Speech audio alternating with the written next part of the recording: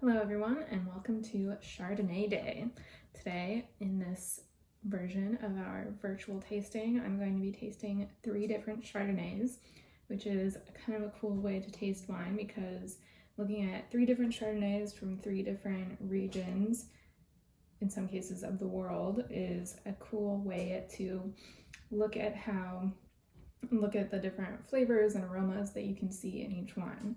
We also have some different methods of making these wines. So as an overview of all the wines, we have this Amici Chardonnay from the Sonoma Coast 2016.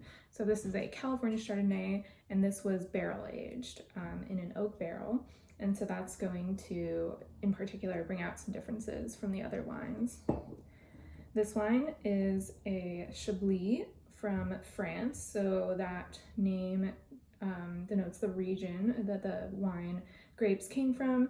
They are Chardonnay grapes, but the part that is emphasized on the label is not the varietal of Chardonnay, but the region it comes from, and that's much more common in France and Europe and the old world wines in general.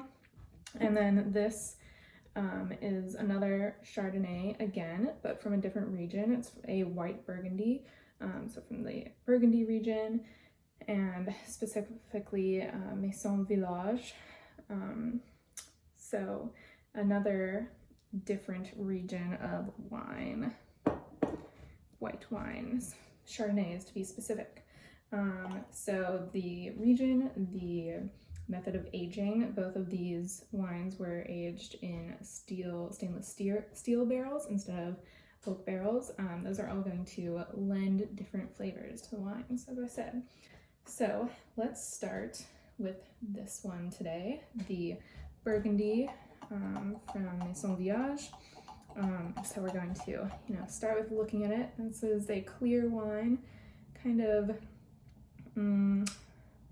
moderate straw color, maybe. Swirl it a couple times.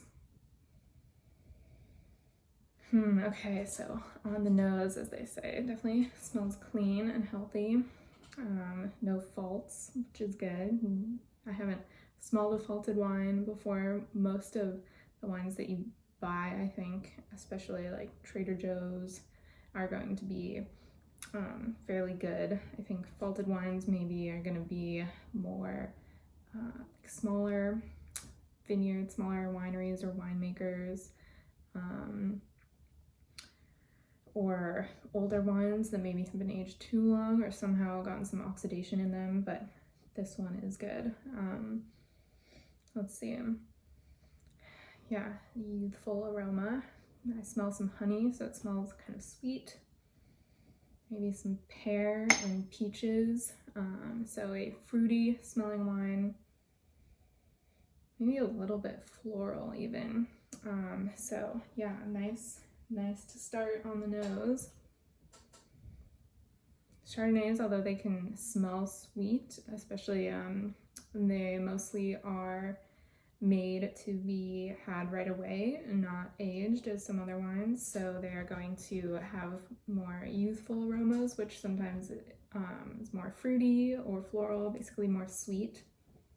When you do get wines that are maturing and aging longer, they sometimes age into more of a bouquet, as it's called, of earthy tones rather than fruity and floral.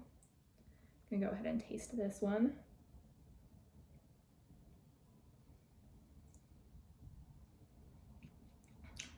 Okay, yeah, so somewhat acidic, which you can kind of sense acidity.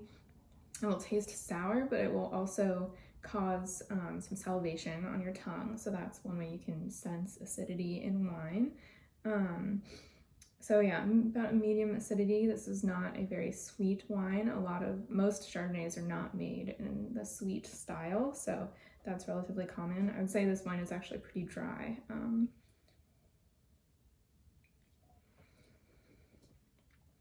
And as is common with white wines, no, I'm not sensing any tannins, and tannins are the compound that comes from the solids of the grape, like the stem and skins, anything that's left in the wine. And so the color of the wine also comes from those grape skins. So white wines are not pressed and aged and crushed, whatever, with the skins, which is why they have a clear color. All grape juice is clear, but red wines get their color from the skins, and similarly with the tannins. So most white wines are not tannic because they're not aged with the skins.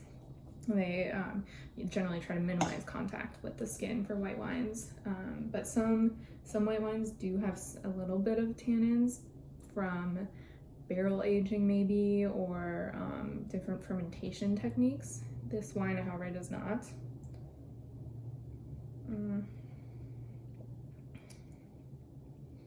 As far as flavor character, lemony, partially because of that acidity, but also just some of that like lemon flavor, but a little bit of pear also.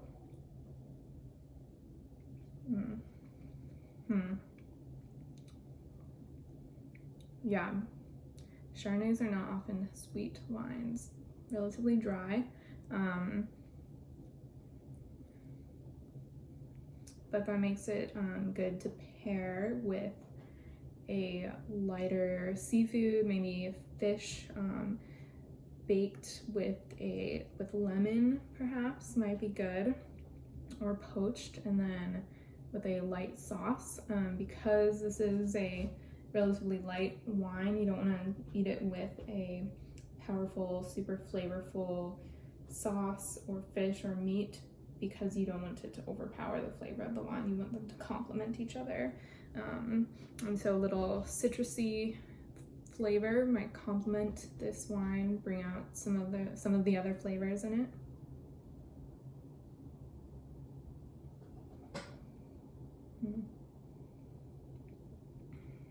Chardonnays have, I've often spouted them as my favorite wine, maybe because I grew up in California and went to college in California especially. So as I was beginning to drink and beginning to enjoy wines, there were Chardonnays were plentiful. Obviously, they're still easy to find everywhere because they are so popular, California Chardonnays.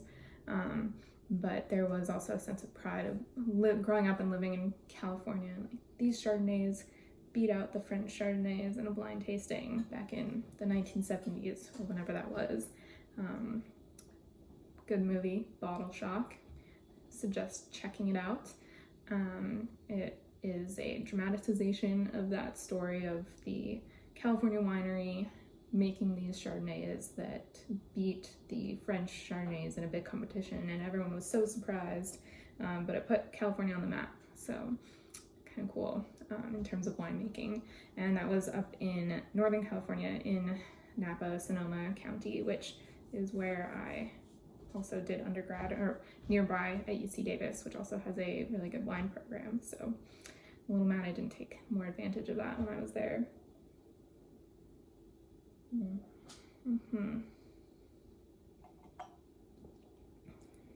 Once again, I'm not pouring as if I were tasting. Yeah, I would say medium acidity on that one. Definitely feel it on my tongue afterward.